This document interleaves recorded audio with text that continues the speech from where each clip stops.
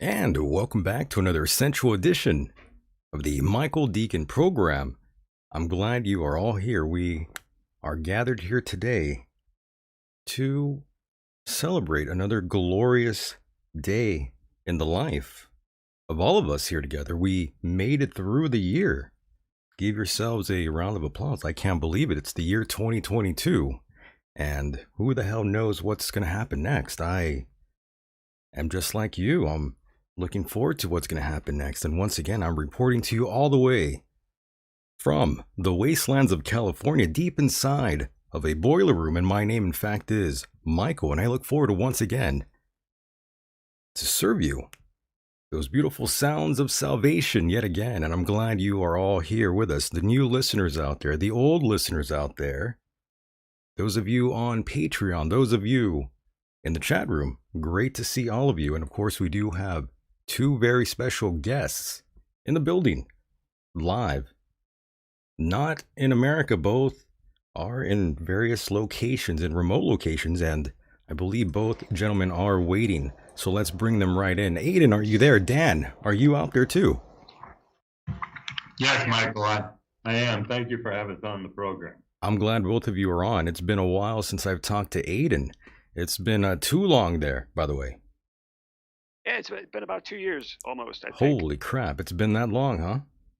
Yes. That is scary. That's too long, Aiden. That is way too long. And of course, Dan, he's sort of a regular now here on the program. And of course, we do respect and admire Captain Dan Handley out there. He has a lot of skin in the game. He's been through the ringer, of course, with all these things that we're going to talk about here tonight. Yes, Michael, I have. And I hope to get into what's on our website and our organization as well and give people a little bit of background information on me and what we're doing. So I Yeah, look forward to doing that. very nice. And of course, Aiden, can you remind the newer listeners about yourself and who you are, my friend? Certainly.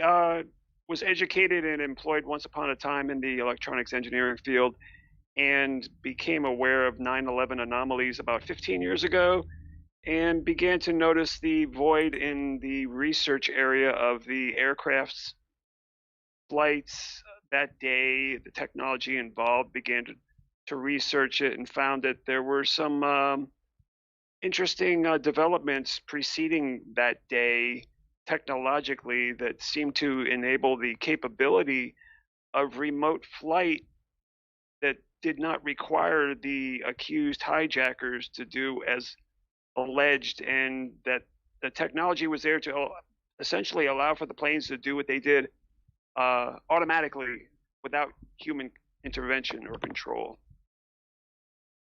Yes, the autopilot system.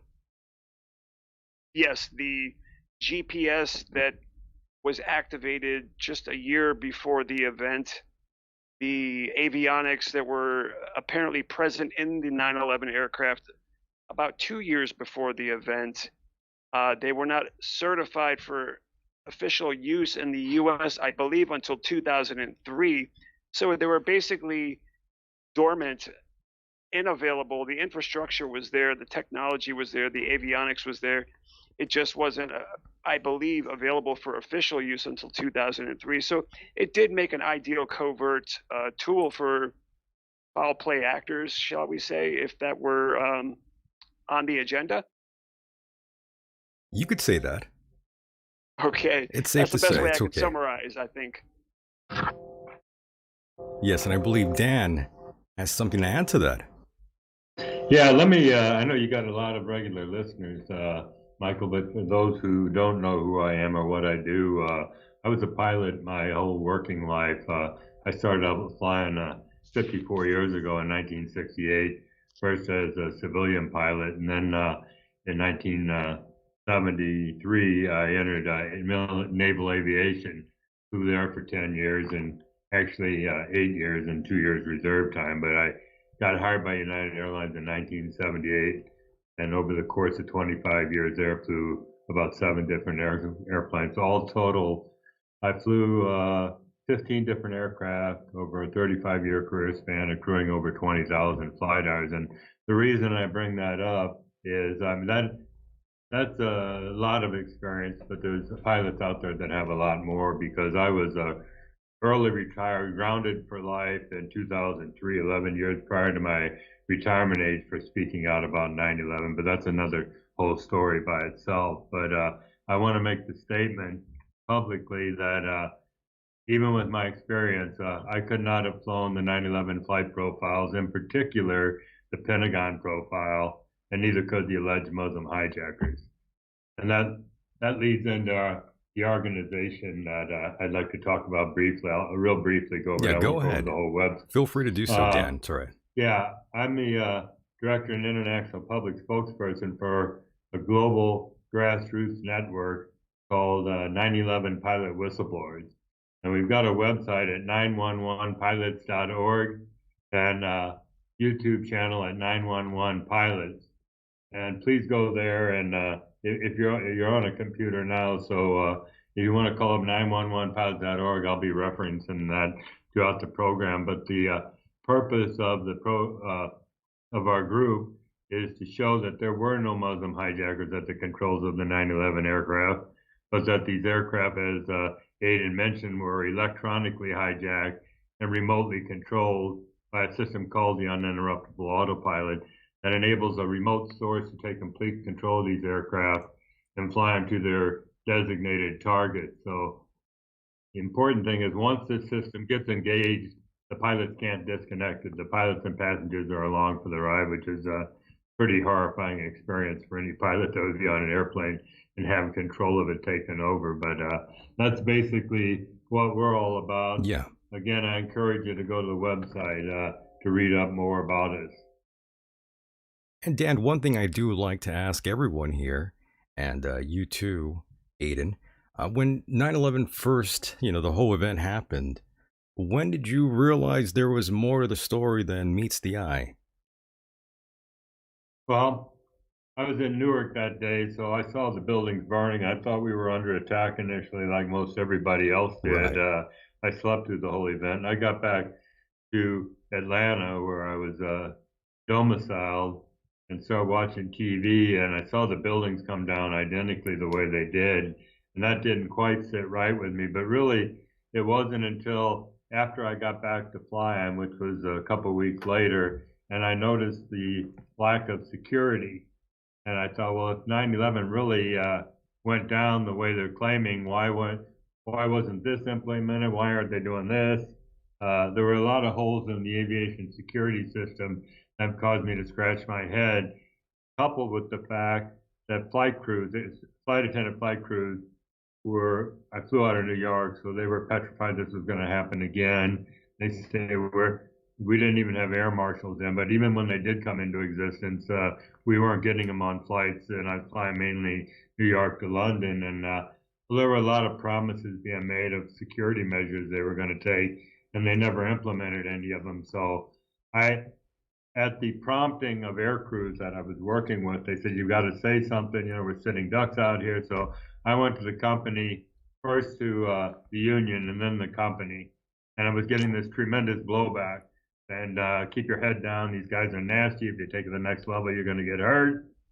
So I didn't, and that's what got me grounded. But it was because they weren't responding to what I was saying, and because I knew the security system was a farce that led me down this path to get me grounded for life. So I guess that was over from I'd say early 2002 to when I was grounded in 2000, late 2003, and and then after that they came out and announced what the flight resume of these hijackers was. And I said, there's no way, because I had flown light single engine Cessna aircraft early on in my flying career. And I also flew 757 and 767 and other glass cockpit airplanes. And I said to myself, there's no way they could, with a couple hundred hours of flying time, even in light Cessna aircraft, fly these commercial jets that are very complex and sophisticated. So that was the other bell that went off in my head that says, oh no, I actually believed at that point in time, well, they must have had training in Saudi Arabia or Egypt or the UAE or where these hijackers came from Right. on these aircraft. But that was it, basically, Michael. Understood. And what about you, Aiden? Your first Uh, initial when reaction, of course, was I assume, like everyone else here in America, we all thought we were under attack. We all thought, this is pretty wild. We all had our suspicions right away. However, some of us kind of felt inside like something was not really passing the smell test. Something was a little odd here. I kind of felt, we saw this happen right before our very own eyes. And of course, you would suspect, we're here in America. We have the best security. We have this and that. We're on top of all these things. Yet this event sort of happened. It was almost like we let it happen. And of course, sure enough, here we are in 2022, and all the information has been coming in for years. And every day, it's one of those things where we kind of already know that these narratives that are thrown at us are all BS. I'm embarrassed to admit it, for a number of years, I believed the official story, and then early in the decade of the early 2000s, some documentaries were created questioning the official version and brought attention to the anomalies regarding the building destructions. I eventually came around to believing that they were intentionally destroyed by other means than the official story. And realizing that, I then realized that the flights themselves must also have been manipulated somehow, which led me on my journey of investigating aspects of the technology and the potential for carrying these out in ways that were not described officially. And I came to realize through research that, for example, the flight data recorders contain no serial numbers that were normally attributed to such devices in-flight investigation accident reports. Also, I obtained via FOIA a copy of the Flight 77 flight data recorder download file, and it contains a timestamp, for example, that predates the actual discovery of the FDR itself in the Pentagon wreckage, which basically is equivalent to finding a murder weapon before the murder itself takes place. Um, and once I looked into the technology and the capabilities of the aircraft, the automated capabilities, one after another, pieces just fell into place. It just allowed for the certainly the possibility of these aircraft doing what they did under autopilot control. All four, even though there were two separate models, 757, 767, they all had common avionics packages.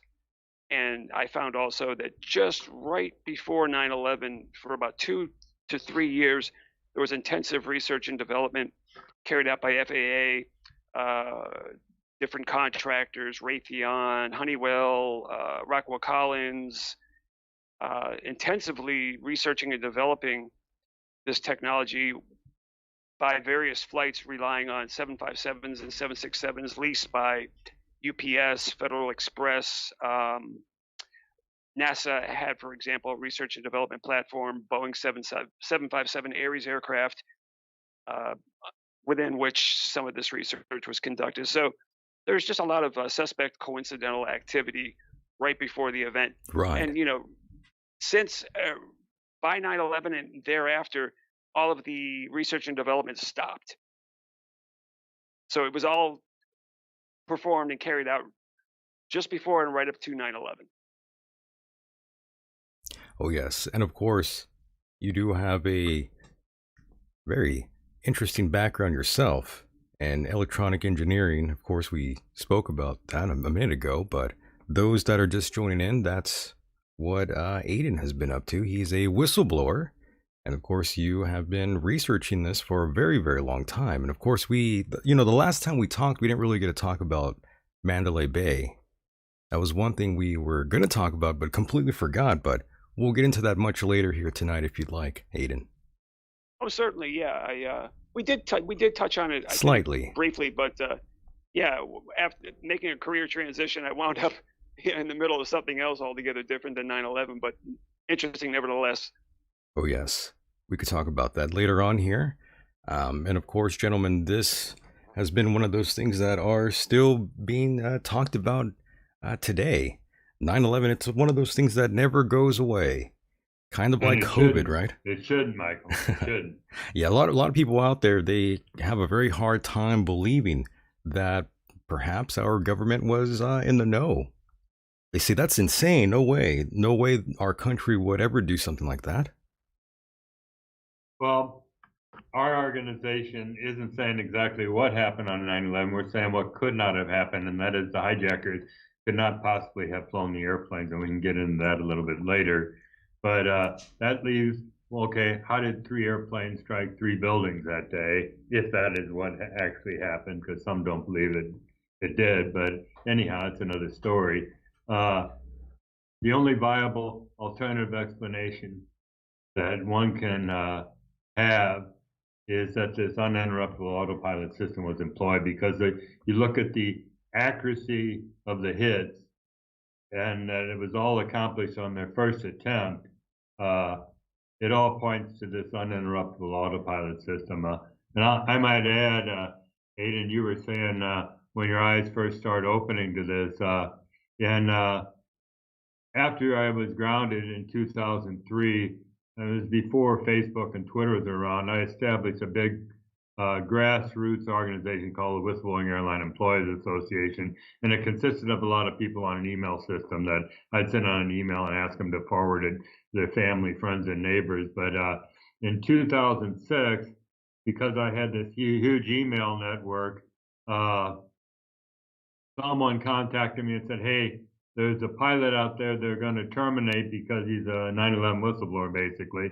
So I got a hold of the guy, and the guy's name is Captain Field McConnell. I don't know if you've heard of him before, but He was a former Northwest Airlines DC-10 captain. What he had discovered was this uninterruptible autopilot system. So in 2006, I called him, and they were going to send him out to Los Angeles to see notorious Federal Aviation Administration um, mental health professional, if you want to call him that, who was notorious for grounding pilots for speaking out on different issues. So I called him and said, Field, don't do it. It's a setup. They'll ground you for life. And him and I became friends, but it was in early 2007 that he first introduced me to the uninterruptible autopilot. And I have to tell you, I told you before, I thought they had training in some other country. When he told me about it, it was my aha moment. It was when I said to myself, so that's how they did it. Okay, now then it started making sense. So really from 2006 forward, I've been trying to put out the word about the uninterruptible autopilot system.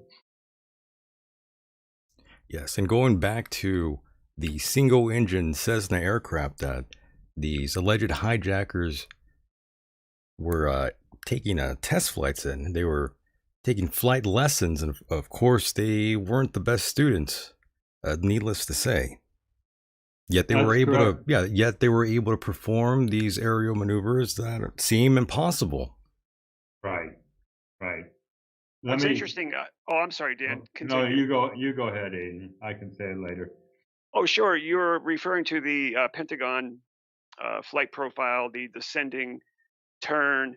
I found that in researching the research out of Stanford University, for example, specified that the augmented GPS that came into effect just before 9/11 act was turned on a conditional basis, allowed for autopilots to actually perform descending constant radius turns. And what you find in at least two of the three flights, the Trade Tower and Pentagon targets, 175 and Flight 77, both hit their targets performing descending turns. And I found doing some trigonometric calculations and relying on video of Flight 175, for example, that the plane itself was lined up about a mile and a half distant from the target, about 8 seconds before impact. And to have done that under crosswind conditions is remarkable, especially given the fact that the plane was traveling at 800 feet per second. Were this turn to have been initiated a second sooner or later than it was, you necessarily miss a building by hundreds of feet. Um, in this video, for example, we see that it appears in the image, wings level, goes behind the smoke cloud, and reappears settled into a 20-degree bank. And it was at that point you begin counting that it's about a mile and a half out at 800 feet per second, descending, rock steady. And to do this under crosswind conditions that could have pushed the plane off target by about 100 feet, it's just remarkable once again.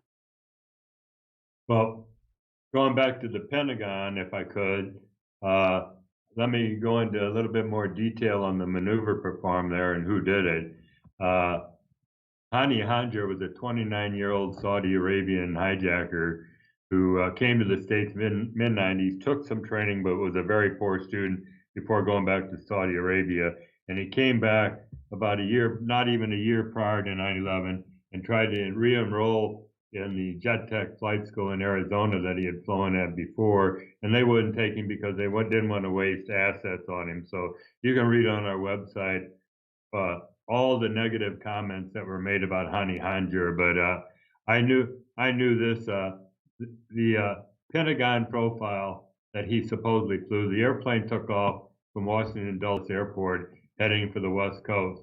It got up to cruise altitude for a while, and then did a 180 an about face U-turn back to Washington D.C. and started a descent. And at 7,000 feet, it begins this 330-degree right corkscrew turn, descending and accelerating to arrive precisely at the surface without touching the surface, to strike the Office of Naval Intelligence at over 500 knots and he did this on his first attempt. Well, this same maneuver was replicated in a simulator by another grassroots group, pilot group, and flown by highly experienced pilots, and they crashed the simulator when they tried the profile. But it gets better than that, Michael and Aiden. 1 month prior to 9/11, Hani Hanjour went to the Freeway Airport in Maryland and tried to rent a Cessna 172, and they wouldn't rent it to him because he couldn't fly the airplane. Amazing. I contacted I contacted just recently the chief flight instructor at the Freeway Airport, and initially he says, "I have nothing to say to you." He didn't want to talk about it, but I wonder why. He proceeded for about 7 minutes to chastise me for even bringing this back up again. Leave it alone. It's 20 years old. You're going to open a whole can of worms. Nothing's going to come of it. And I said, no, it's never been criminally investigated. There's a lot of people out investigating the crime. So anyhow, he said I wasn't the one that flew with him. There were two other instructors, which led me to investigate a little bit further. And I found out there was a man and a woman, Ben Connor and Sherry Baxter, who did in fact fly 3 flights with Hani Hanjour between them. And they're the ones that went to Marcel Bernard, the chief flight instructor, and said, this guy can't fly. And this was just 1 month prior to 9/11. So what happens then? 3 days later, Hani Hanjour supposedly went to Congressional Air Charter down the road at another airport and got an instructor named Eddie Shalev, I'm not sure exactly how you pronounce it, to go flying with him. And Eddie Shalev came back and said he's a good pilot.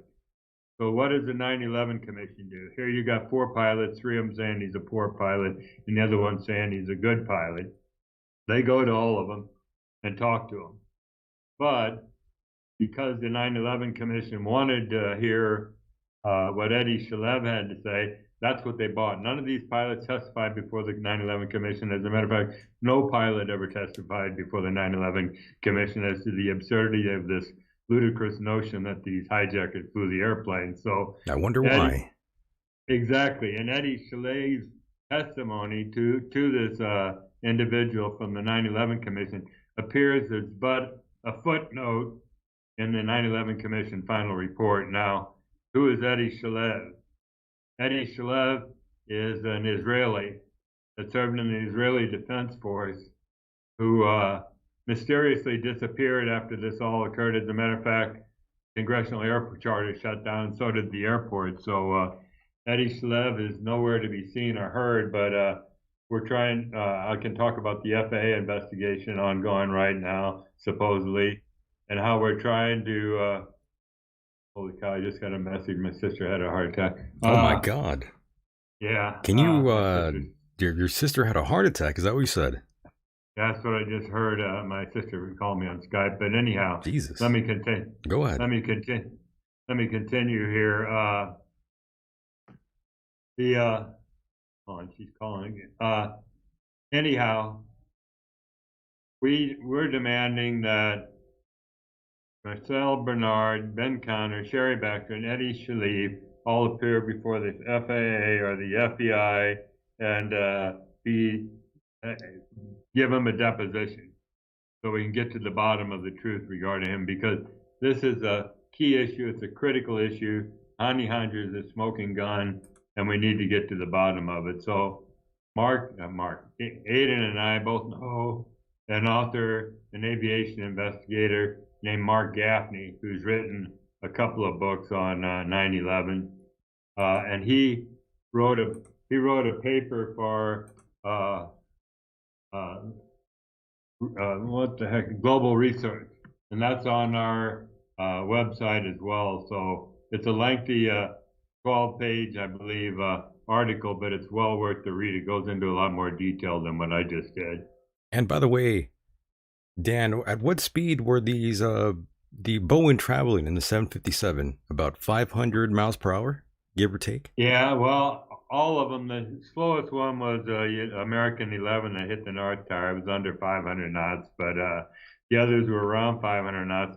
And that's a big controversy because 500 knots exceeds the the maximum operating speed of those airplanes at sea level by about 120 to 140 knots. And there's some people that say, including some structural engineers, that say the aircraft should have come apart. Well, I've had other people argue the other way, and I'm kind of personally undecided myself. I'm not an aircraft structural engineer, uh, but I really can't say for sure whether or not they would. In other words, Maybe. it was pretty damn fast. We could leave it at that. Oh, I oh yeah, guess. it was fast. It was fast. My goodness. Yes, it's once you start learning about that, you really start questioning the whole narrative and thinking these guys really did do this. And they were that talented. They were pulling off Yes, maneuvers that no one else can. If I they may, could. Go ahead, oh, Go Aiden. sorry, ahead. Jump go in ahead, there. Dan. No, Aiden, go ahead. Certainly, thank you. Yeah, I was just referring again to the capabilities of the technology, the highways in the sky that were supported by the technology, provided for corridors as narrow as 243 feet under required navigation performance parameters. That's the acronym. It's attributed to the technology I'm referring to. As narrow as 243 feet. The towers themselves were 208 feet wide. Uh, Typical commercial airport runways are about 150 feet wide. A researcher, Kevin Ryan, discovered, looking into building destruction reports published by NIST, that the airplanes in each case, building one, building two, struck only those floors that were renovated up to that point. Those floors also were the ones that subsequently burned.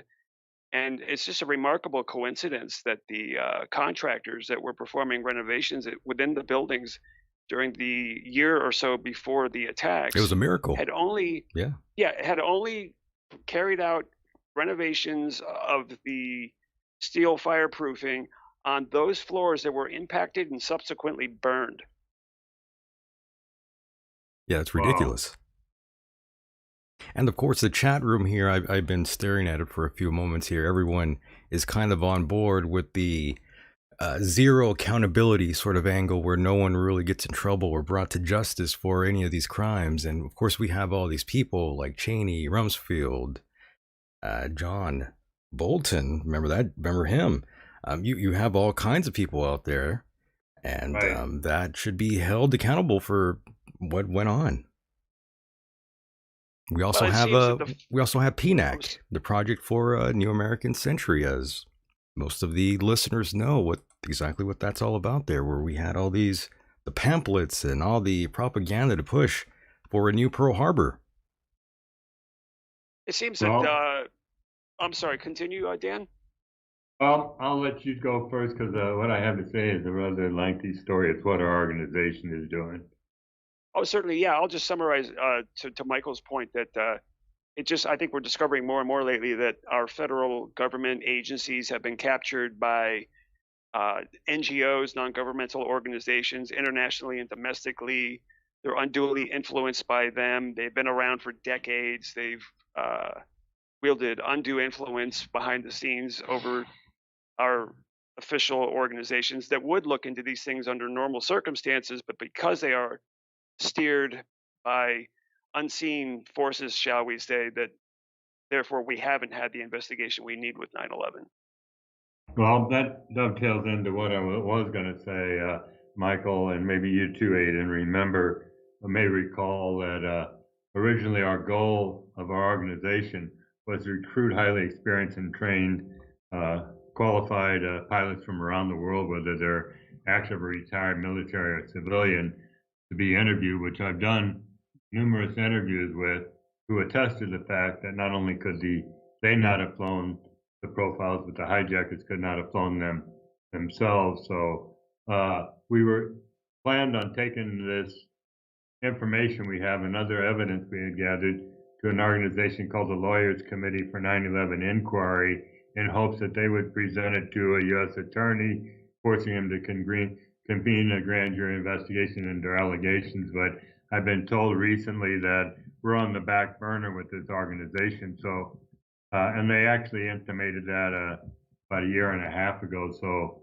what we did in August 2020, uh, I I contacted the FBI in Washington, and I filed a report. I told them, look, I want to report some information on a crime that was committed some years ago, and proceeded to tell them all about the uninterruptible autopilot. She's taken down all this information and says, well, we'll call you back if we need any more information. So I waited a month. They didn't, so I called them back. And they got uh, annoyed with me and pretty much told me to bug off, leave them alone. They'll call me if they want to. So I called the Transportation Security Administration, and he recommended that I call the FAA or Boeing. So I went to the FAA. I'll make this a little bit shorter than what I could. I went to the FAA and filed an FAA report via their hotline. And initially, I got a receipt saying they received the report, and I provided them with some information, some background information on the uninterruptible autopilot system. And the next thing, about a week later, I get email from an FAA aeronautical engineer in Seattle saying that he would be my point of contact, and he wanted to set up a three-way call with him and a friend of his in his office and me the next day. So I came back to him and said that would be great, but I attached a whole bunch more information, including a 60-page document on the uninterruptible autopilot system. And I got an email back to him saying we didn't realize the depth and breadth or the scope of this investigation. We're going to need more time to look at this. So they called the meeting off. That was the last contact I had with this guy. I tried to call. I'll take it back. I called him and we talked for about 10 minutes, and he was very tight-lipped. I was a glider pilot. So I said to him, I'm not going to ask you if you could have flown the airplanes, and he wouldn't say anything. So that was the last I heard from him. I tried calling him. I tried emailing him. Nothing worked. So I went to his boss in Washington, emailed her, told her what was going on, and I wound up getting sent back to the FAA hotline that I filed the original report with. So this went on for several months, me sending them more information, and I finally caught them using the Freedom of Information Act in lies and deception and what they were saying.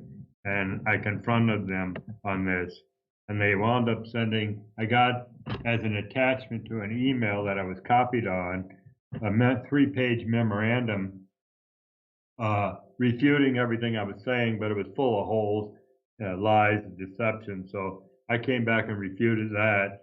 And Jeff Dubin, the chief investigator he's the director of safety for the FAA, came back and basically said, we're not going to talk to you anymore. So then I went to the FAA administrator, up to the Secretary of Transportation, the Secretary of Transportation Inspector General. I even wrote the Director of National Intelligence, the Attorney General, the FBI Director, went to the Department of Justice Inspector General saying, hey, we're being stonewalled here. This is the biggest crime ever committed on American soil in its history. It's never been criminally investigated. You've got to open an investigation.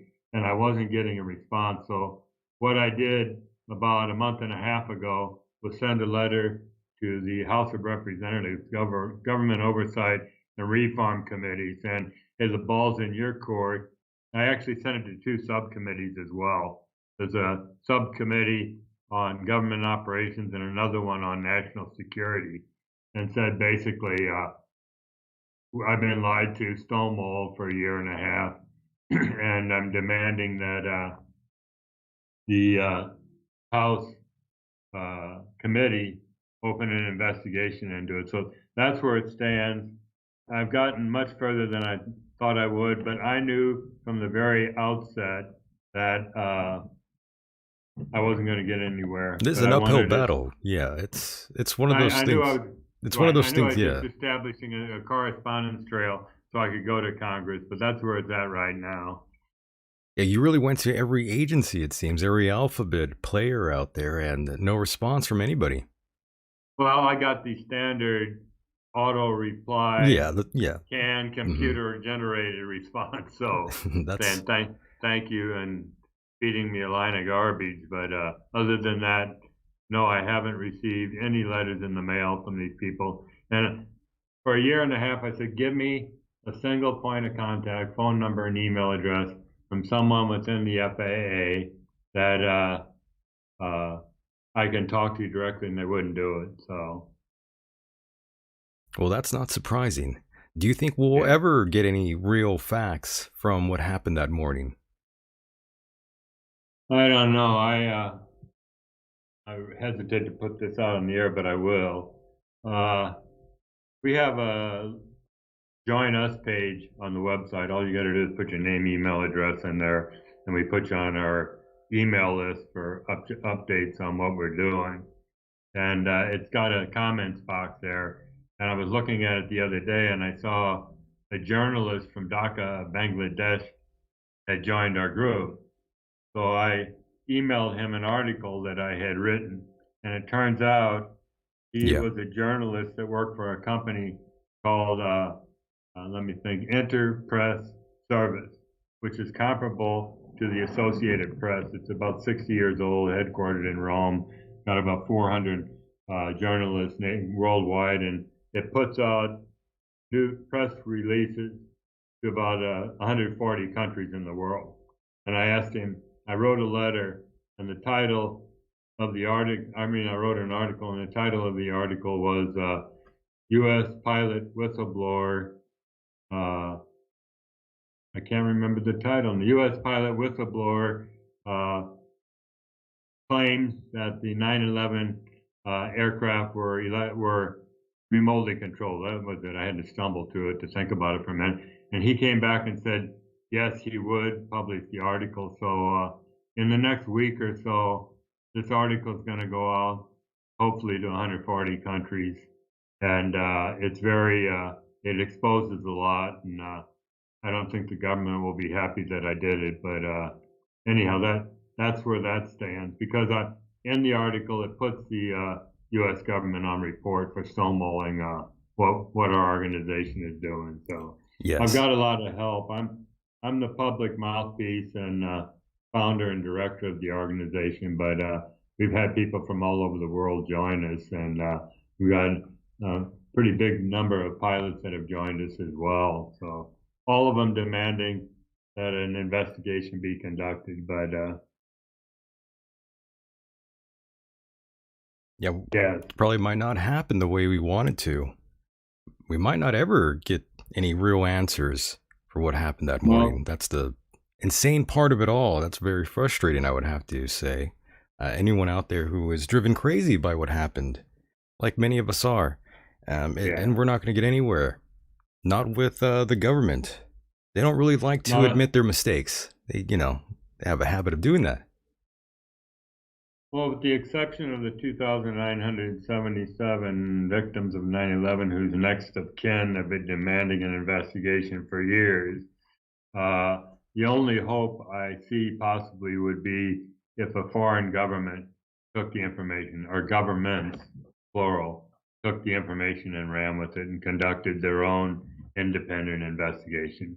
And I see that could possibly happen in Muslim countries because next to the victims, the Muslim countries in the Middle East and South Asia that have suffered more due to the lies of 9/11 than anyone in the world. There have been millions have been killed, maimed, or displaced in these countries based on the illegal invasions that occurred there. And if the information could somehow be filtered to these governments, and if they had the guts, they could form an international commission to investigate the information because there's a wealth of information out there, including from the Lawyers Committee, architects and engineers, and a number of other people that have come forth with information that could conclusively prove that it was an inside job. Speaking of which, Richard Gage has been on the program, by the way, Oh, he has. not too Okay. long Well, ago. Yeah. he's a friend. I've been on his program recently. So he's got a program called Richard Gage Unleashed. He had me on last month, I believe it was. So Very nice. Very, very nice. And of course, Aiden, are you also believing that do you also believe that there were no Muslim hijackers at the controls of the aircraft? No, I no longer believe this. For example, some skeptics may say, well, we heard the hijackers, for example, on the radios saying what they said. However, anyone with the capability to transmit on those frequencies could have said what was said over the airways. For example, and speaking to the technology, if anyone's curious, the avionics packages allowed, for example, the remote transmission of flight plan waypoints that were directly installable into the flight management system computers, for example. And as an aircraft was in autopilot flight, these new waypoint flight plan data could be remotely transmitted, installed, and implemented mid-flight. So, as I was saying before, the technology was there. I know pilots for 9/11 Truth some years ago interviewed an avionics technician who spoke to the existence of so-called backdoors in the flight management computers and software that allowed for remote and covert uh, acquisition of the systems mid-operation. So there was just many opportunities through Sure. technology Yeah. to carry out what was done. Understood. And Yeah, what? Go ahead, that Dan. avionics technician was a guy named Wayne Anderson, and Rob Balsamo, the co-founder of Pilots for 9/11 Truth, interviewed him, and we've got it on our website. If you go to remote control page, down towards the bottom, the interviews there. It's an audio recording, but they go into detail on that recording, uh, where they brought a 757 into a hangar and they were going to bench test the autopilot of the aircraft. And the guy came in with a laptop, the maintenance control, gave him walkie-talkies. The maintenance guys, the mechanics went out on the airplane, and he was inside the shop. And he told them to engage the autopilot, which they can buy when they're bench testing. They can bypass a switch that simulates the airplane and is in the air, so they can engage the autopilot. So they did that, and he proceeded to take complete control of the airplane. Anything that they tried to do to disconnect the system, there's one way of connecting an autopilot, just turning on the switch. But there's 4 or 5 ways of disconnecting it. Turn the switch back off.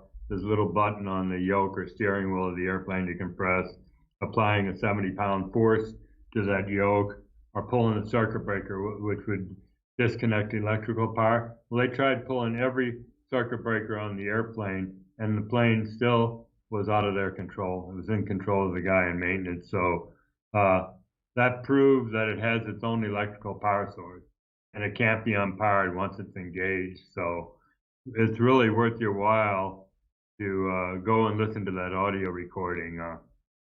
Speaking of the website, about a week or two ago, someone on Facebook gave me an article saying, I think you want to look at this. And the name of it was Plausibility of 9/11 Aircraft Attacks Generated by GPS Guided Aircraft Autopilot Systems. And I go, whoa, what is this? So I'm looking at this 8-page document that goes into tremendous detail. And I look at the author is Aidan Monahan. And I go, wait a minute, I know that name. And There you go. So Abracadabra. Aidan and I were on a program a year or two ago with Michael. So I connected with Aidan, and that article is on our website. If you go to remote control, let me just stop and you guys continue, because I'm getting a message from my sister. Yeah, you should check up on your sister there, by the way, Dan. Yeah, I'll tell Hopefully you what, she's Michael. okay. Let me hang up and find out what's going on, and I'll call you back. Yeah, just text me when everything's in the clear, and I'll. Yeah. Okay. No worries, Dan. Sorry, guys. Okay. Bye-bye. No worries. My goodness. Hopefully everything is all right with Dan and his sister. Anytime you're doing a live show, you never know what the hell to expect, Aiden. It's that's the glory of doing a live show. It's insane. You never know what's gonna happen. That's live broadcasting for you, I suppose. And hopefully things work out. I suppose getting back to the technology, which is what the paper Dan mentioned focuses on. I also found through research, for example, the GPS satellite array produces daily a GPS almanac file that details the conditions, parameters, performance of the satellite array on a daily basis, and they're hosted by the U.S. Coast Guard. I was able to download the file for 9/11, the GPS almanac file, and run it through a GPS planning software, and found that as the attacks were underway, Oh my. the GPS performance for the coordinates of the targets was at its highest or near highest levels for the entire 24-hour period. For example, GPS performance is all dependent upon the visibility of satellites to the observer, to the user, and this changes hourly throughout the day. And just coincidentally or not, at the coordinates of the Trade Center and the Pentagon, for example, the accuracy, or shall I say, the availability of accuracy was at its highest levels during that day as the attacks were underway at those locations, and I thought that was remarkable as well. Oh yes. And by the way, I forgot to mention this to Dan, but now he's gone. I was just gonna go back to the man who actually was the flight trainer for the suspected terrorist who I believe they crashed into the Pentagon, if I read that article right a while back. I think I had read something back in 2015 about Rick Garza. Yeah, that's the guy's name, a flight instructor. He actually flunked them out of the course because they weren't so good at all. Yeah, there were a number of accounts. I think Al Shehi of 175 and Atta of 111, for example, even tried to take a propeller-driven airplane out onto a runway to taxi for takeoff and stalled the aircraft and literally got out of it and abandoned it on foot, and were referred to, I think, in a Washington Post story by the person describing the event as Dumb and Dumber. That's pretty funny. Yeah. As well, I mentioned earlier, speaking of the towers and the renovation work that was Sure. underway there, for example, it was carried out by a company called Turner Construction, whose CEO at the time was a close associate of President Bush, later became a neighbor of his in Dallas, Texas. And this is a contractor that as well performed, rather built the headquarters for an organization called the Naval Sea Systems Command, a division of the U.S. Navy, who at the time, circa 9/11, was the only reliable source of nano aluminum powders in the United States, which were a component of the nanothermite that appears to have been found in some of the dust samples that were collected subsequent to 9/11. So if one digs deep enough, they can find that there are all sorts of just too many coincidental connections that overlap one another and really give one cause to question everything. Oh yes. Well, as soon as I found out or heard about these alleged phone calls that were taken on an airplane at what 3,200 feet, I thought that's got to be bullshit. No way Yeah, cell there have phones been were able to do that back in the day. yeah, there have been a number of anomalies raised. I know that also that there were some hijacking exercises carried out on different various commercial models of aircraft, and some of the reports of these events in some documents uh, report that some similar types of simulated calls during these exercises were made that were comparable to the kinds of calls that took place allegedly on 9/11. And I know some people, obviously, maybe others are aware as well that there were some tests done, experiments done that demonstrated. I think A.K. Dudney of Canada, for example, a scientist, demonstrated that beyond a certain altitude, these cell phone systems were useless and could not connect. And it makes perfect sense because you want to direct all of your cellular radiation into the usable spectrum. So, therefore, you're not going to transmit straight up into areas where planes are flying at 30,000 feet. You're going to bring it closer to the ground for to concentrate all of your useful energy to connect calls at such altitudes. And Therefore, you're not going to have the possibility probably of connecting calls that are located at 30,000-foot altitudes. No. That's why I always thought, well, that's got to be wrong. No way. Cell phones were that good back in the early 2000s. That's kind of I know I've insane. tried. Yeah, I know. Speaking for myself, I've tried a number of times over the years to try to connect or see how long I could maintain a connection, taking off in a commercial flight, for example. And uh, within seconds of leaving the ground, signals were lost, repeatedly, and not restored until I was nearly back on the ground. I'm glad they didn't kick So you off the plane for doing that, by the way. yeah, um, yeah, I just happened to discreetly do what I did, and just out of my own curiosity, Nice. and never was able to maintain bars, so I to see. speak, beyond seconds after leaving the ground. Understood. Understood. Once you find out these little factoids, you really start to question the whole narrative even further. Those that are new to all this and have never heard about any of this before, I'm sure some people are scratching their heads. They're saying, "Oh, that's you're telling lies here on the show." Well, certainly, the official story seems to be little more than an unproven allegation, captivating, for some, easy to disseminate across mainstream media and captivate the masses. That's what they did. But It was a mass and they hip. did. Yeah, You mean the official photo of Atta, for example? You feel as though you're looking at Satan. Great propaganda. However, it doesn't demonstrate anything. It doesn't prove anything. And there are other anomalies I found. For example, as well with the oh my goodness, it's been a while now. I'm having a mental block here. it happens.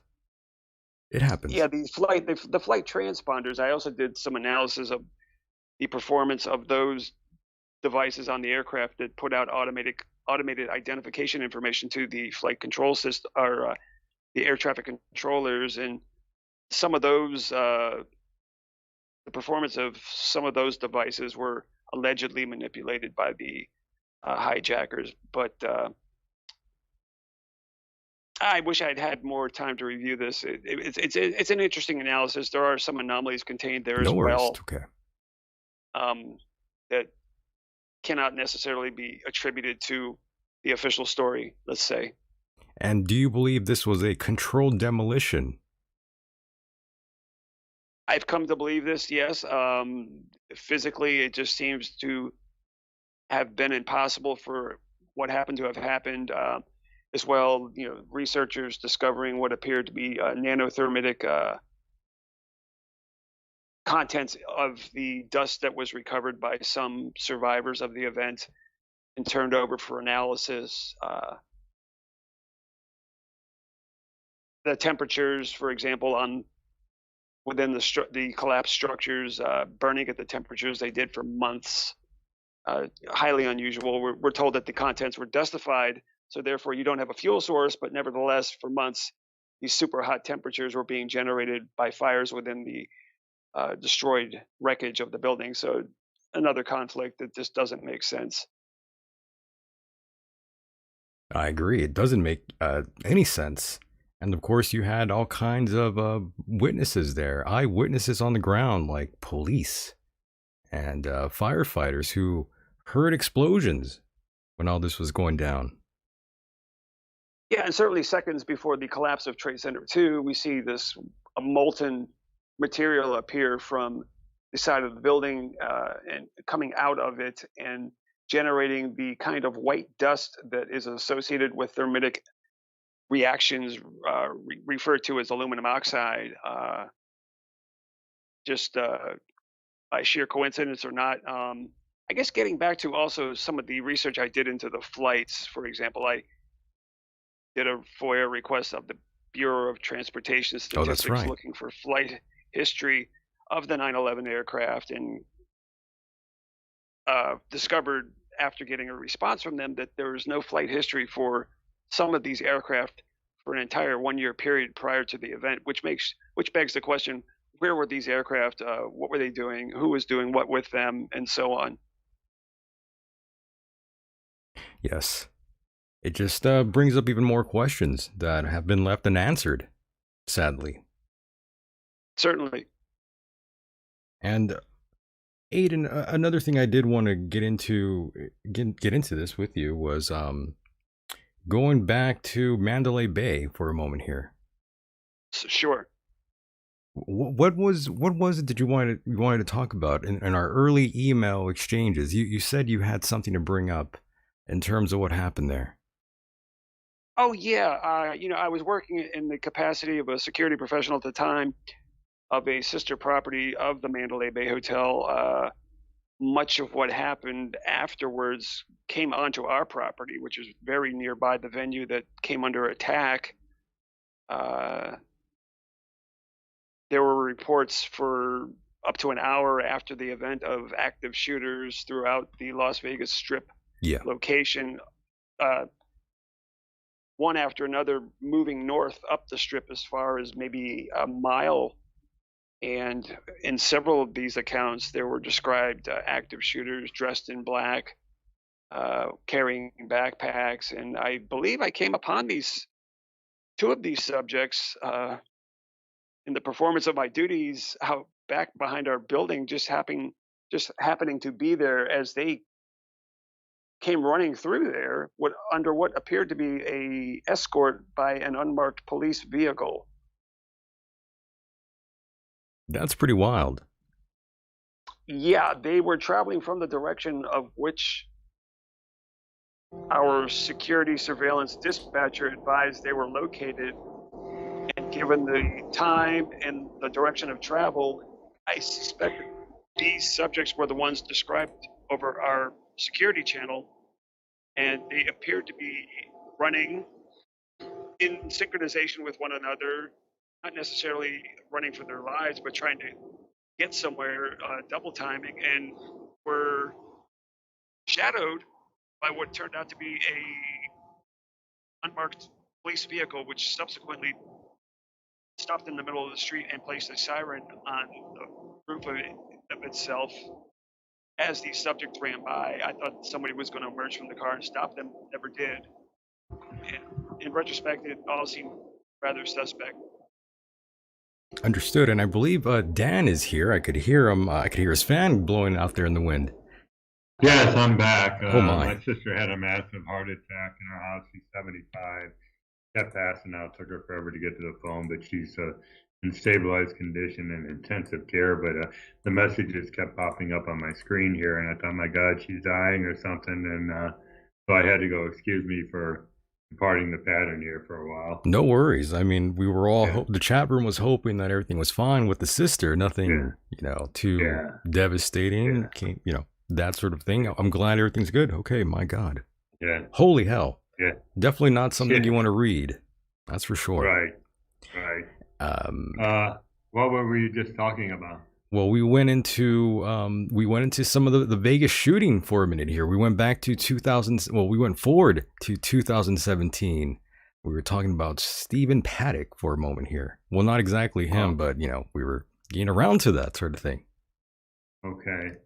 Well, I'm not well versed on that topic, so no worries. I will listen. Yes, I will listen. We'll go back to 9/11 here in a moment, but it's pretty crazy what happened there. They're saying 60 people officially were killed that day, and 411 people were wounded, I believe, back in October 1st. That was a different world. Research. Oh, sorry, Michael. I didn't mean to cut you off. Oh, I was just going to say that was a different world back in 2017 than the one we are in 2022. The world has changed since then. Most certainly. I found through research, for example, the doctor of Paddock is a employee of the Department of Homeland Security as well. How many people in the state of Nevada can make that claim? Right. Wow. Yeah, and we still haven't seen all of the footage, by the way. Yes, I was seeing the chat room there by Federal Reserve Brown. He's saying there is still a video on YouTube of a lady in a taxi at the Mandalay Bay Hotel filming someone from the 4th floor going to town with a machine gun. Interesting. Wow. I The did Federal try to. Reserve. Go ahead. Forgive me, Dan. Oh, I'm sorry. I just wanted to say real quick. I made a FOIA request of the FBI for all the evidence. I had a lawyer who volunteered to assist me with the case, but he eventually got cold feet and declined to proceed. And so I have a pending FOIA request that hasn't been satisfied to date by the Wow. FBI. That's pretty I've wild there. requested video, other evidence reports, a gaggle of information. They did not decline to provide, but having litigated with the FBI for 9/11 information, I found that they're not going to give stuff up unless they're absolutely forced to. Right. Yeah, they won't give you any breadcrumbs, in other words. Correct. Yeah, Well, sadly. the whole Department of Justice, FBI, and all so corrupted. So corrupt. I had dealings with it years ago, from 2006 to 2012, on another whistleblower case that involved mobbed-up judges in Chicago, and I approached the FBI, and they wouldn't even investigate it. I had all the evidence, so I've lost all faith and trust in the U.S. government, and I don't know what's left. I mean, you two guys living in a police state over there. That's right. With FBI, I mean, NSA wiretaps, Homeland Security, and the Patriot Act pretty much wrapped it up, and we can thank 9/11 for that. So We really can. But Dan, I do want to say, as an American citizen, I love this country. I am not a enemy of the state or the government or the people. I'm for the people, but the government, that's a whole nother story. But I do love this country, by the way. I'm not a traitor. I'm joking, by the way. too. I do too, Mike. I know. I'm messing with you, by the way. And its people, yeah. Yes. For those that don't know, you are not in this country.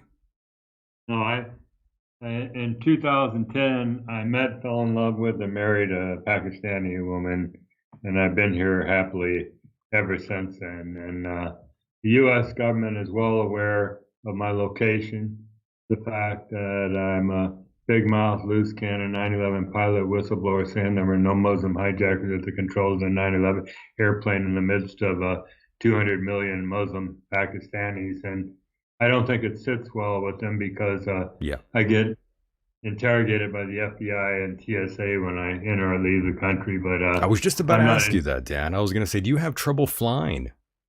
Yeah. They a couple of years ago, I've told this story before, but a few years ago, we hadn't been to the States for several years. And then I was planning a trip to Atlanta through Doha, Qatar, and the day I made my reservation on Qatar Airways, the FBI in Washington calls my ex-wife and wanted to know everything about my trip.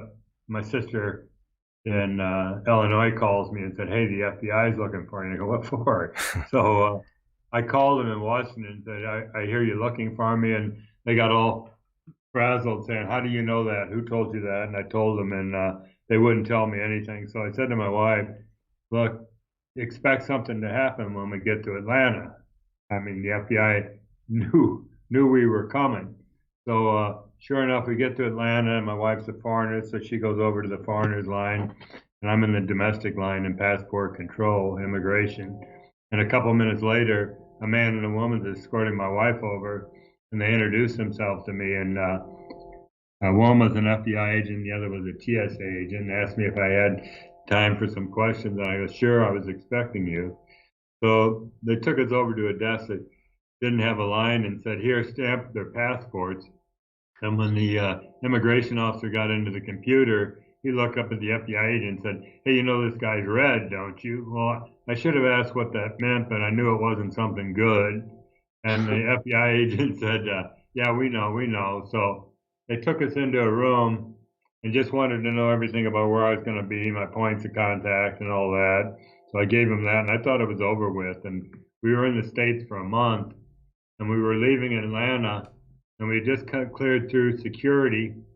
Now, mind you, they had to know what flight I was leaving on and what I looked like and everything else, because we dumped out into a busy corridor, and up walks behind me another FBI agent and TSA agent, asked me if I had time for questions. And then this time they took me into a room and it lasted about a half hour.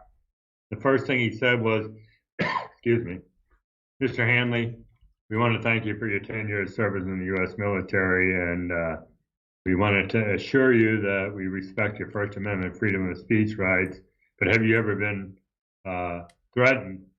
And I went, no, why? Should I feel threatened?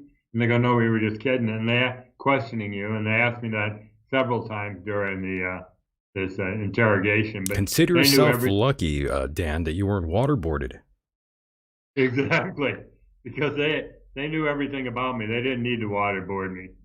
They knew what Facebook groups I was in, Twitter. Wow. I was very vocal on social media about U.S. foreign policy in Southeast Asia and the Middle East since 9/11. And I didn't mince words with what I had to say about the U.S. government and their foreign policy and Israel's involvement and their influence on U.S. government. But yeah, they knew it. They knew it all. I mean, my wife buried her head in her lap, laughing, and he's innocent. All he does is post on social media, and I said, let him go. They just sent down there to do a job. But it happened again when we came to the States a couple years ago.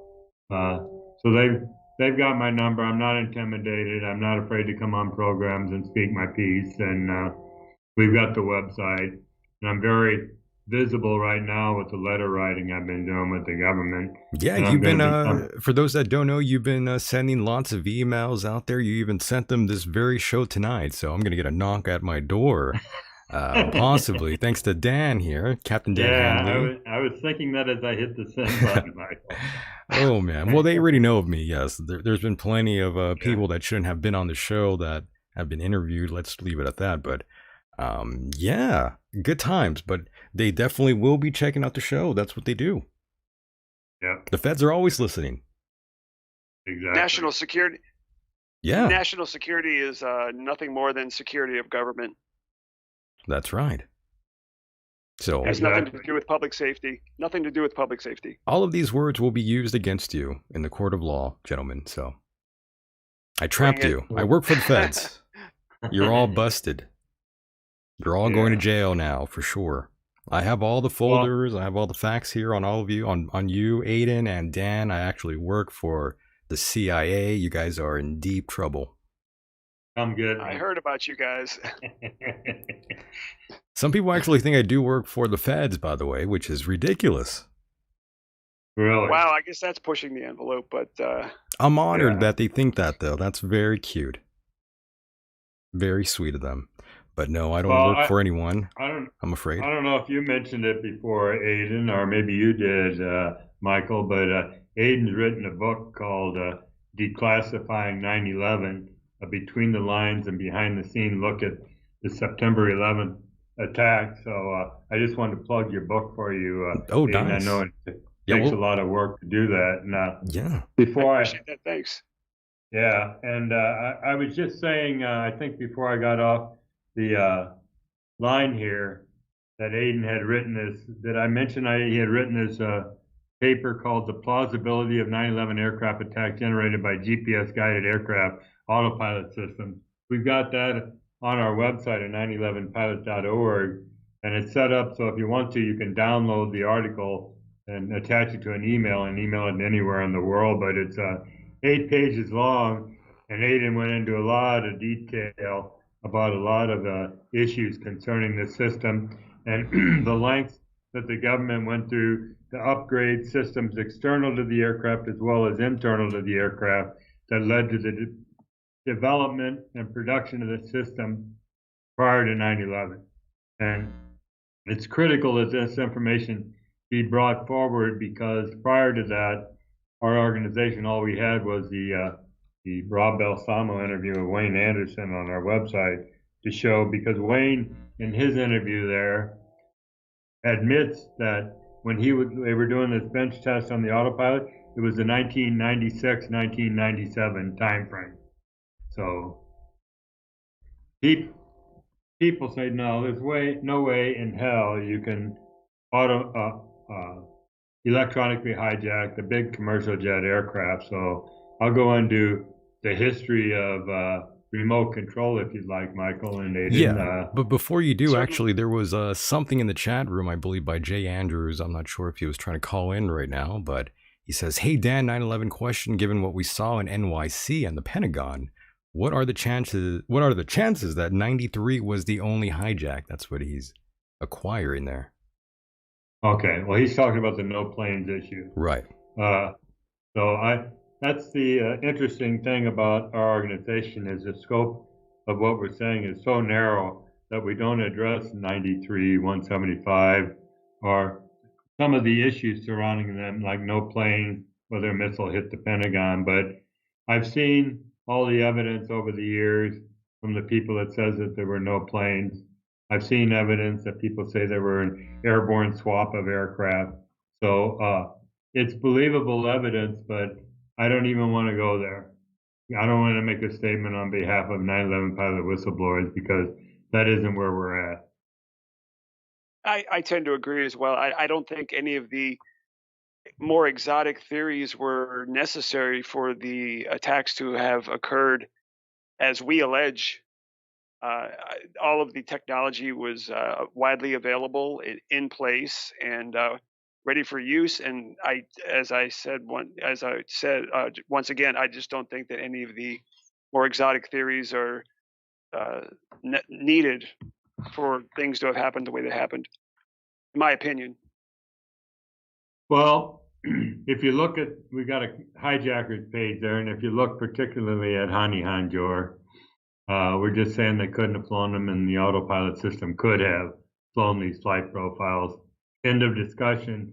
And if you look at that and you come to that conclusion after reading the website and watching the videos there, it blows the holy hell out of the whole 9/11 narrative, just that alone. So saying that introducing the system and saying that, proving that these hijackers couldn't have flown the airplane, which we try to also do with the pilot interviews I've conducted.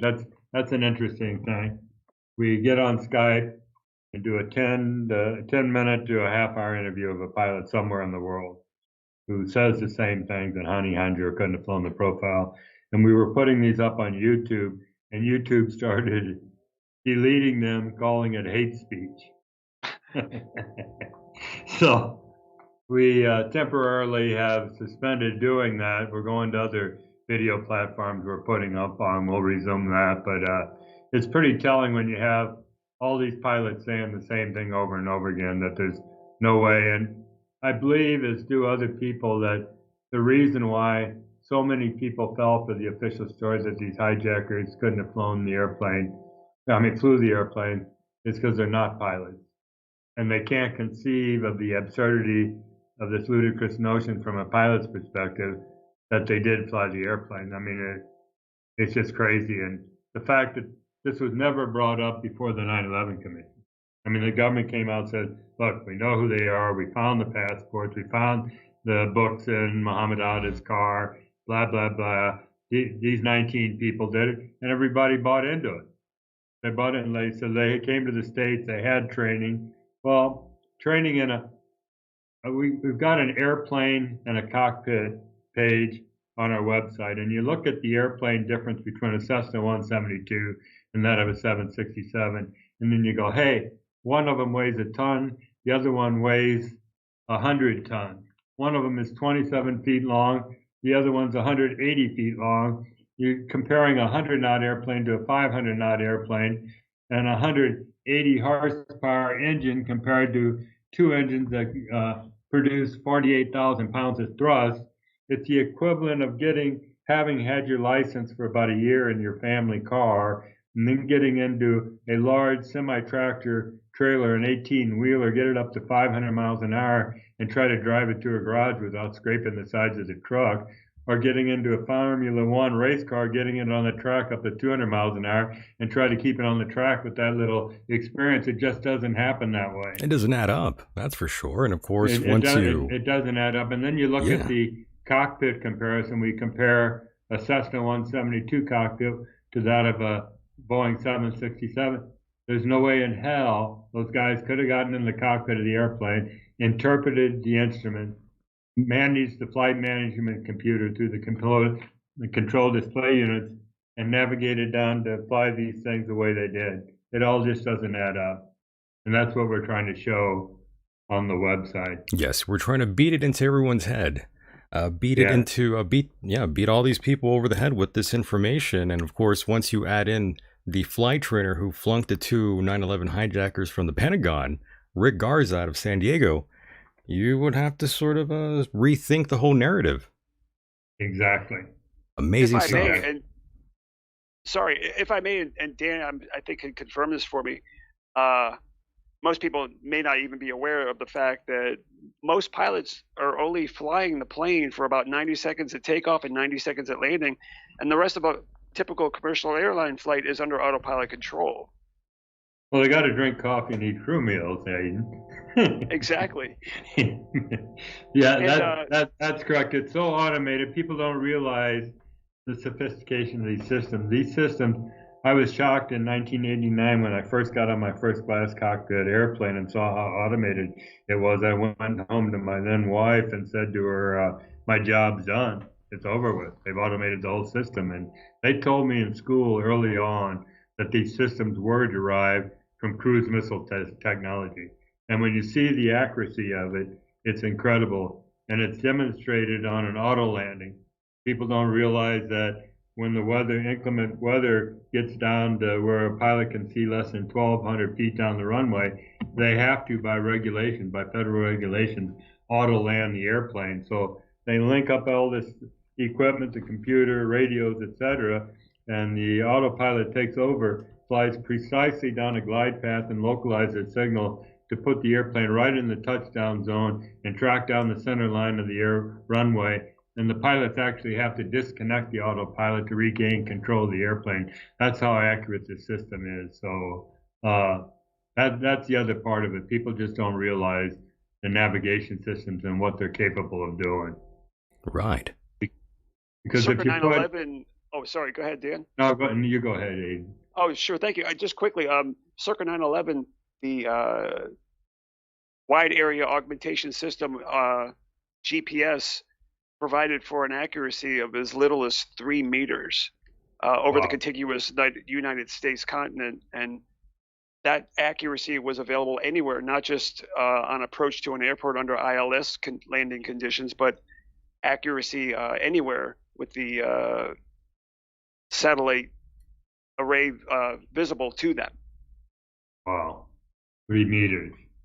3 meters. Well, that's the other thing. You look at the Twin Towers and people go, all they had to do was point the airplane and go. But actually, there are two slivers of concrete and steel that are only 200 feet wide. Well, the wingspan on a 67 is 160 feet wide. And you look at both of them on their first attempt managed to hit the tower almost dead on. So had they been just a few degrees off heading, they would have missed the buildings, as you mentioned, by several hundred feet. So right, it was wings level. 175 was at 13 seconds, and then at 8 seconds from impact, it reappeared at 20-degree bank, and from a 1.5 mile distance. Yeah, if you're not right on the money with the timing of the turn, you miss by necessarily hundreds of feet. And also under crosswind conditions, how does a human account for forces such as those that could push an aircraft off target from that distance? Yeah. Well, there's so many questions that went unanswered by the farcical 9/11 Commission. First of all, there wasn't going to be a 9/11 Commission. It wasn't until the next of kin came up and started beating on George Bush saying you have to have some kind of an investigation into this crime. And it wasn't until 14 months later they actually convened this thing. Well, the 9/11 Commission members admitted that it was set up to fail afterwards, okay? It was underfunded and time constrained. And myself and another pilot interviewed Ray McGriffin, who wrote a book. It's on Barnes & Noble right now. And the title of it was Unanswered Questions, What the September 11 Families Asked For and the 9/11 Commission Ignored. And they came forth with, I believe it was over 1,000 questions they wanted the 9/11 Commission to answer. And the 9/11 Commission only addressed 30% of those questions. And Ray said really only 10% of them were answered adequately. So this is why they're still out there begging for justice. They're still demanding the truth, and it's falling on deaf ears with our government. So, I think they are ignoring all these things. right. That's why you're Speaking being of constantly stonewalled. Oh, sorry. Go ahead, Aiden. Jump in there. Oh, forgive me. It's okay. Didn't mean to walk on you, No so to worries, speak. no worries. Speaking of the 9/11 Commission, I'm just looking at a quote here of a pilot expert that was relied upon during the investigation by them, and quoting the report, entering changes to the autopilot is something that the terrorist pilots probably would not have been trained or able to do. Even the United senior pilot who instructs on how to do that said he always has to pause before he makes such corrections to make sure he remembered how to enter the change. And once again, the official story asks us to believe that amateurs who couldn't fly Cessnas were able to do things that even a professional trainer with a major airline would have to stop and think about doing when doing so themselves. Right. Well, you talk about trying to bring information forward, and we address it on the website as well. There's an organization I mentioned called the Lawyers Committee for 9/11 Inquiry. And what happened was a few years ago, several lawyers in the United States got together with the biggest 9/11 whistleblowers in the world, and they compiled 57 evidence packages and presented them to a U.S. attorney in New York City, Jeffrey Berman. And it forced him, once he looked at the evidence, to announce the convening of a grand jury investigation into their allegations that World Trade Center buildings 1, 2, and 7, and yeah, there was a third building, were brought down by controlled demolition and not by jet aircraft impact damages of the field fires that ensued. And when you look at this evidence, they've got a website, and it's the Lawyers Committee for 9/11 Inquiry. When you look at their evidence, it's a slam dunk. If any grand jury that would look at that evidence with what they brought forward would have to conclude that they were brought down by controlled demolition. And the Department of Justice, the FBI, and an government organization called the National Institute of Standards and Technology for the last few years have been doing everything in their power to stonewall this thing in federal court. And it's probably eventually going to wind up in the Supreme Court, but if it ever saw the light of day, it would be all over. That's what I'm hoping for. I think many people are hoping for that sort of thing to happen. Even the families, they want to sue and get some money from Saudi Arabia. Right. Do you think they deserve that money? That's a good question. Exactly. Do they? Exactly. Well, they were the next of kin. A lot of them were bought off by the government to remain silent. They were given hush money to go away. So you still have a group out there fighting to get this thing exposed 20 years later. I say pay them. Pay them? Yeah, give them money. Oh, yeah. Yeah. I mean, they deserve money due to their laws. The Saudis have plenty of money. Why not? Right. Yeah. Aiden, do you believe that, by the way? Do you believe the families should get money? Oh, certainly. There should be certainly a criminal and civil liability on the part of a number of parties, and certainly the next of kin and survivors should be the beneficiaries of such compensation or justice, shall we say. Certainly. Go ahead, Dan. Sorry. No, I was just going to talk about, I had dealings with the National Whistleblower Center and Government Accountability Project several years ago. They're both Washington-based. They're whistleblower advocacy groups. They're the largest in the world, okay? And I was working with them for a couple of years, and late in the ball game, they came to me and said, Dan, look, based on our statistics, there's less than a 2% probability of a whistleblower in the United States winning their case. 2%. 2%, ladies and gentlemen. Yeah. That's not good. That's like needle in a Yeah. haystack sort of statistics there. Yeah. So, in other words, we're screwed. Well, you got to keep fighting. I mean, I'm 72 years old, and people say, "Why don't you quit? Give it up." It's 20 years ago. Most people don't care about it anymore. But I feel like I know, like so many other people, too much about the lies of 9/11 Yeah. to remain silent. So I won't. It's hard to give And up on neither. it though, as well, though, Dan. I mean, this sort of turn your whole life upside down.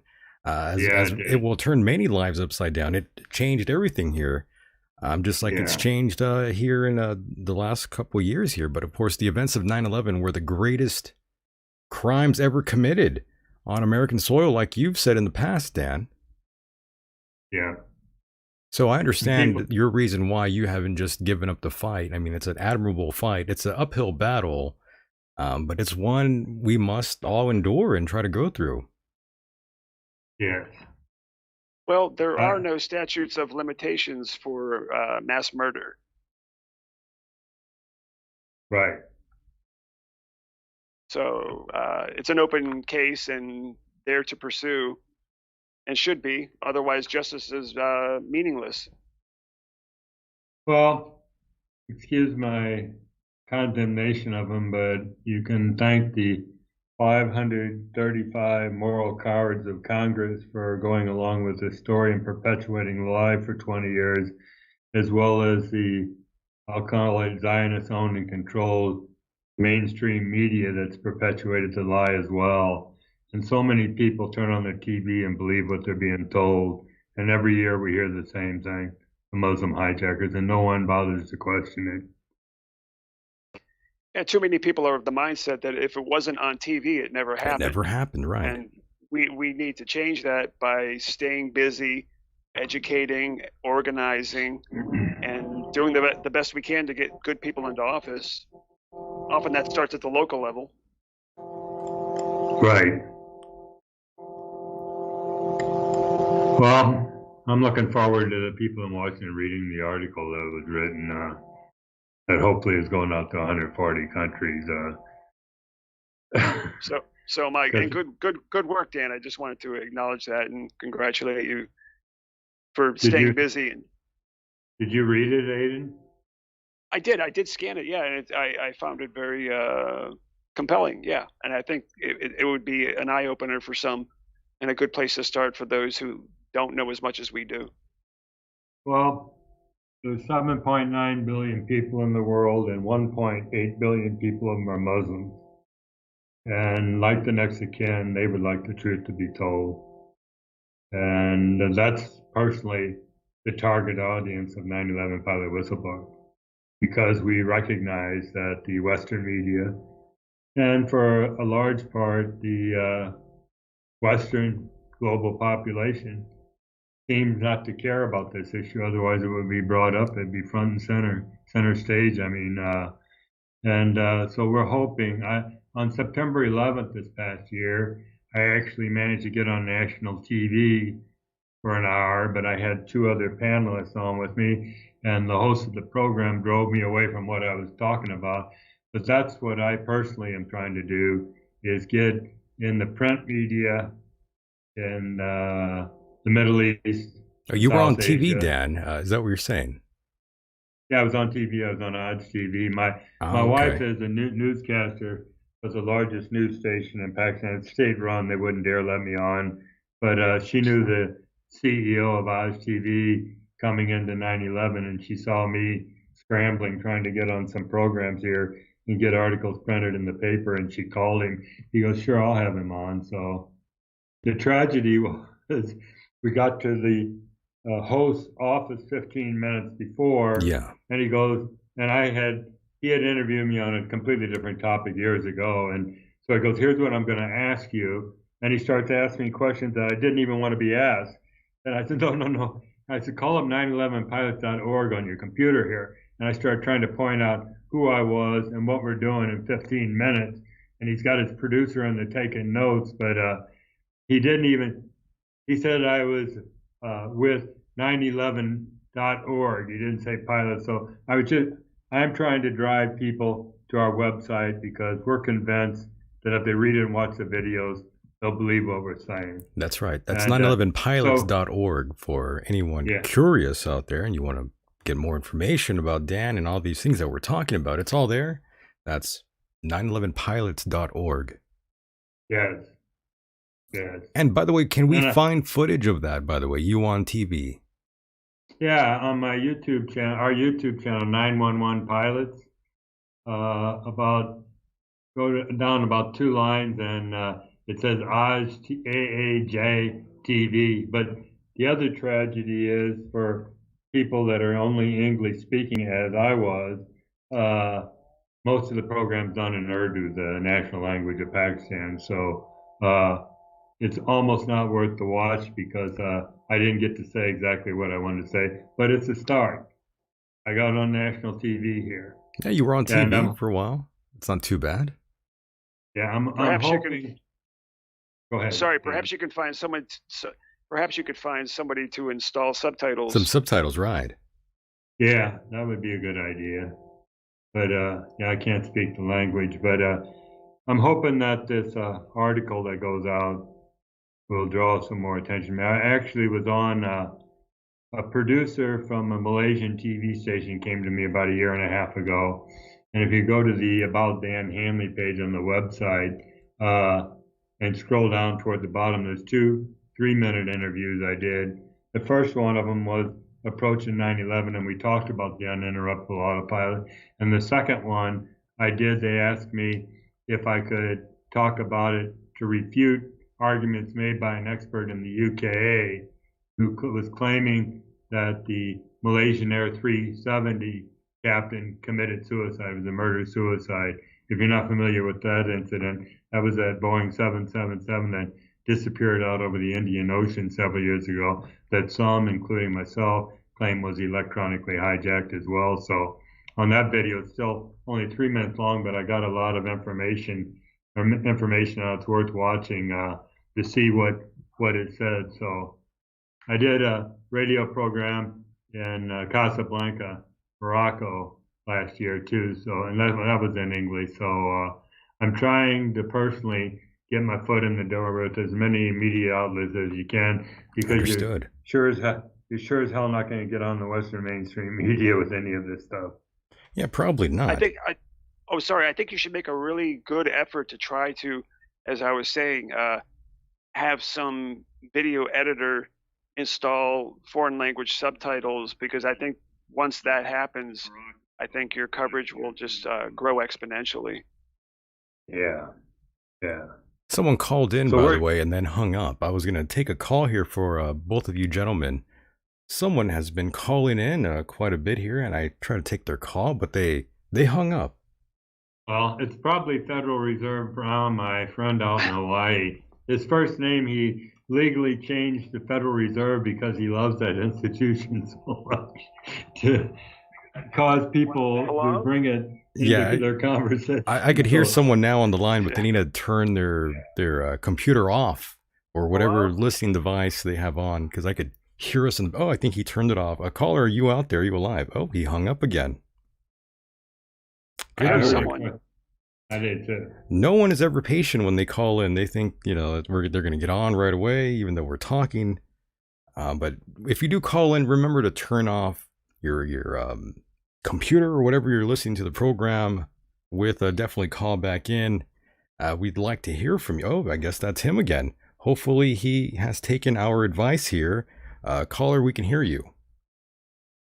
Hello? What's up?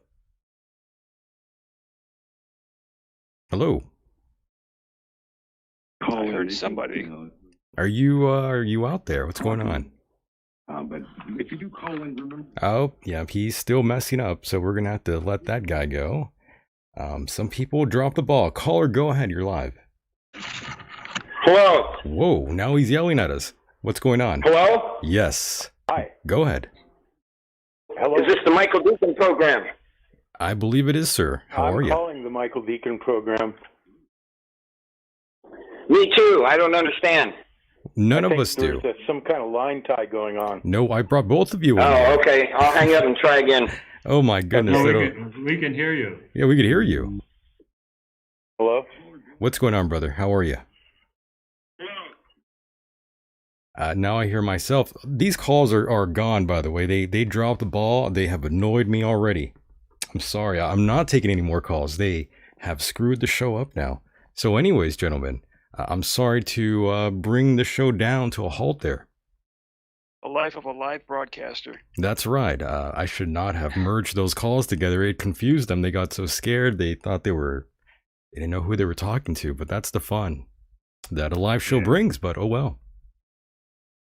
That I happens. recognize the voice. I believe it was my friend, Federal Reserve Brown from Hawaii, who would have been an interesting person to have on. So that's a shame we couldn't talk to him. Well, we do have the chat. If he's in there, he could type in his question, and I'll give it to you there, Dan. Oh, okay. If one pops up, I'd be happy to answer it. Yeah, no problem. So anyhow, I'll just throw this out there. I'm on Facebook at Dan Hanley and Twitter at Dan Hanley4. If anybody wants to join me there, I'm very vocal on a lot of issues. So yes, and I do want to thank you very much for being a part of the program, Dan. I know we have been going on here a bit, but by the way, we do have one more call. Hopefully, it's not someone who will drop the ball again. Hopefully not. Caller, are you there? Hello? There you are. Loud and clear. Loud and clear. Yeah, go ahead.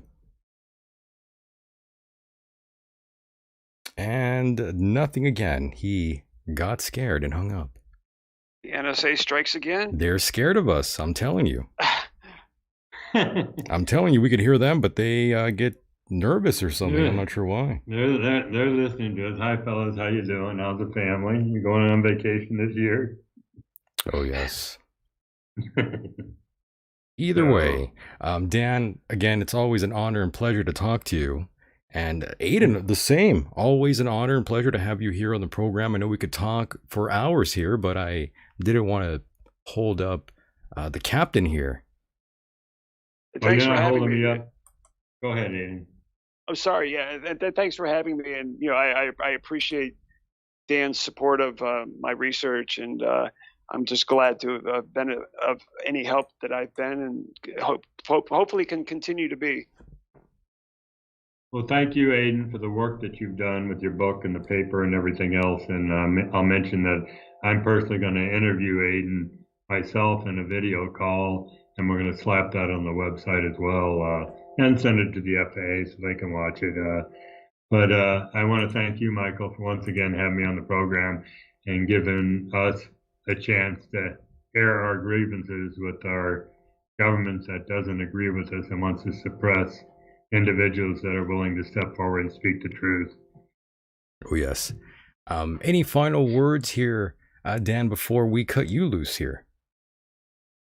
No, just if you're listening and you haven't gone already, go to 911pals.org. At the top, there's a Join Us page. Join us on the website. And I'm going to throw this out there, and I don't want people to construe that we're money-grubbing whistleblowers trying to capitalize on 9/11, but we do have a donate button, and we do have overhead expenses such as a website management, development, administrative costs, and other systems we're trying to put in place to spread our readership. So if you want to give $5, whatever you can spare, I know times are tough for a lot of people right now, but we'd appreciate any donation you can give. And we even take Bitcoin on there. Bitcoin, so, nice. Yeah. Thanks to our web developer, that's on there. But anyhow, thanks again, Michael. Thank you. And of Great course, work, Dan. Yeah, and of course, Aiden, that comes down to you now. Any final words? Any final words or thoughts? Anything we didn't cover here before we cut you loose as well? No, I think that covered it. Again, I invite listeners to take a look at the research, take a look at Dan's work, take a look at the implausibility of the official story, and just know that there's something else going on here and has been for 20 years and always is. In the cases of major events, the official story is often the biggest conspiracy of all, and citizens should just be vigilant and do their own research and not take the word of the 6 o'clock news. That's right. And hopefully all of you are very healthy. You haven't contracted COVID yet. Hopefully that's not you out there. Not so far. Very nice. Dan, you too, you're COVID free out there, right? Yes, I am. Yes, we are COVID free. Things are sort of dying down in that regard. So. I've been taking ivermectin, so I'm okay. Oh, good. Feeling good. And yes, 3 for 3. Yeah, I've actually, I've contracted COVID multiple times. The last time on purpose, just as an experiment. I mean, we are living in a science experiment, so I thought I had the right to also experiment too. And I got my wish. Hey, but I'm fine. Yeah. A unique kind of research and development. That's right. I have to risk it all sometimes. Without a risk, there are no rewards in life. Putting it all on the line, literally. Once again, boys, gentlemen, men out there listening, thank you all for being here tonight. And of course, I want to thank our guests, Captain Dan Handley and Aiden Monaghan. Great gentlemen. Thanks, I respect both of you tremendously and hope to do this again with both of you on the other side. That'd be great. For sure, guys. I'll talk to you guys soon. Okay. Thanks again, Bye-bye. Good night, guys. Bye-bye, See you, Dan. Thank you. Bye. Bye-bye, Aiden. And there they go, boys and girls. That was phenomenal. I enjoyed that very much, and I'm sorry I had to cut the lines there for those that were calling in. Sometimes we get calls and sometimes we don't. That's the way it works here. But once again, I do want to thank all of you out there for being a part of the program. Those of you that will listen to this back on, on the podcast version of the show, where you could find on iTunes, Stitcher, Castbox, anywhere where you could find this show, any platform out there. And of course, those of you in the chat room, the newer listeners out there, thank you very much for checking out the show. It's been fantastic, but I'm looking at the clock here, and as we take it home here tonight and pull this Larry Silverstein style, again, I do want to thank all of you out there, those of you on Patreon. For those that don't know, I did a show just the other night with Mike Hideous, my co-host, exclusively on Patreon. So if you want more content, please go to patreon.com/Michael Decon, and of course, michaeldecon.com. Go there. All the information is right in front of you. And of course, if you want to email me, that's michael@michaeldecon.com. michael@michaeldecon.com. Please subscribe to the channel here. If you have not done so, we would appreciate that. Yes, Robotic Punk, all the way from Australia. And that's another thing I do want to mention. We do have plenty of international listeners out there, and I do want to thank you for taking time to listen to our show. We do want to thank all of you out there that are outside of America. We appreciate all of you out there. We are very international. I never thought this show would be heard all around the world, but it's true. Everyone around the world does love this program. All the international listeners out there, we love you very much. It was a top talent show yet again, boys and girls, but it is now time to close the doors here. And again, it's been a fun time, but we were here for a good time, not a long time. Tomorrow I might return, by the way.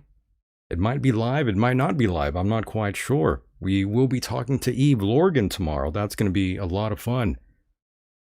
So definitely stick around, boys and girls, as the world turns.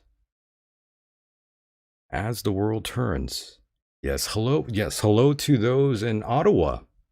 We love the Canadians out there as well. And yes, rip to Manny Lopez, whoever that is.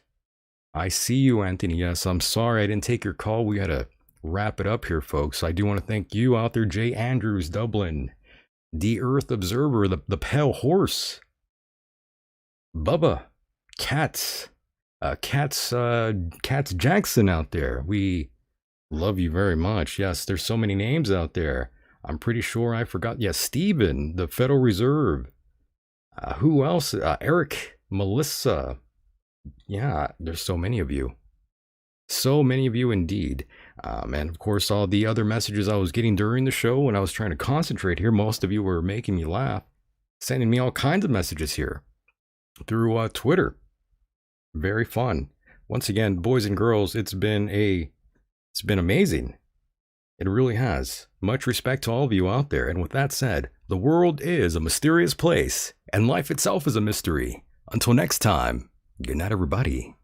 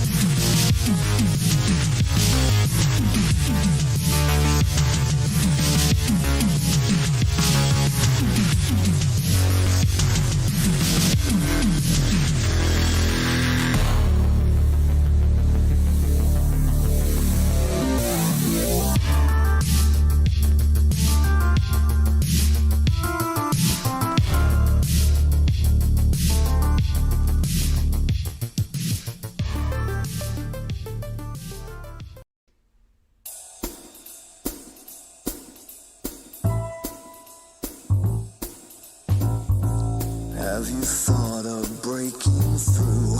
Ain't it part of what you do? Catch a victim while he's dumb, break his larynx with your time, and it's time to get high. Well, this ain't no goddamn dream, it's exactly what it seems.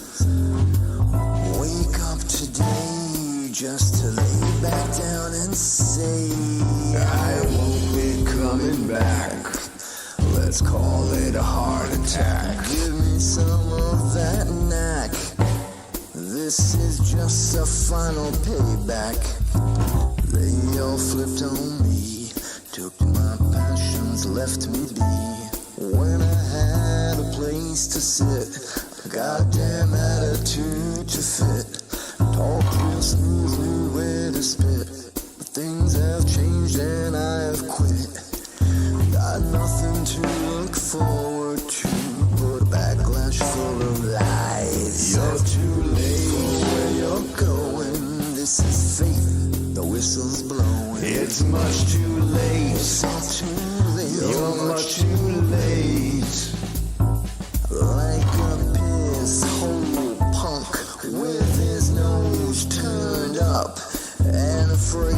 it's all your own. Tell me what it's like to be alone. And let's not forget the Scarface prick who offers fixed to your face. He dropped out of the subhuman race. Sad. Boo-hoo-hoo. But I'm goddamn glad that piece of shit was just a fad. Tell me, boy, where were you? What's your story? I mean, really. Where have you been? Was it the big time and full of sin? Tell me what you saw, chasing dragons down the hall. So now I find you just the same, a generation full of games. I hear the whispers, I see traps to break my legs. Where are you going, boy? Where have you been? You're too late for where you're going. This is fate, the whistle's blowing. It's much too late. It's much too late. You're much too late. You're much too late. You're much too late.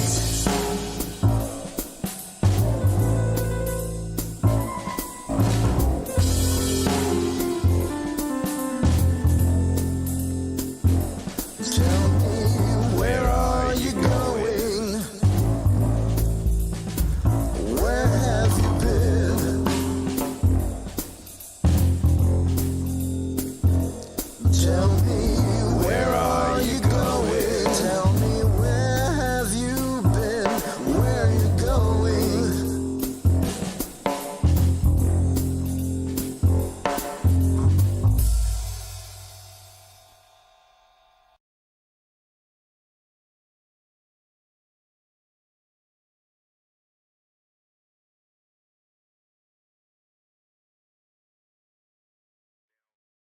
Again, I don't want to pinpoint it because, well, I think you kind of know the answer to that.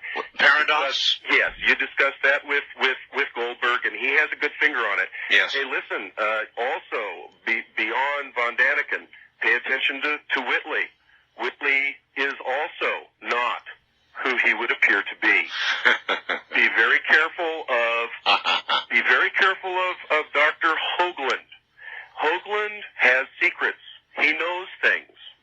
And he hasn't even begun to indulge his treasure of secrets. All right. I appreciate the call. No, Dr. Goldberg is not who he says he is. Whitley is not who he says he is. And watch out for Richard Hoagland. Earth changes, tsunamis for the Northwest sometime no later than August. Okay, time traveler line at area code 702-727-1295. Mike in Montclair. What's up, Mike?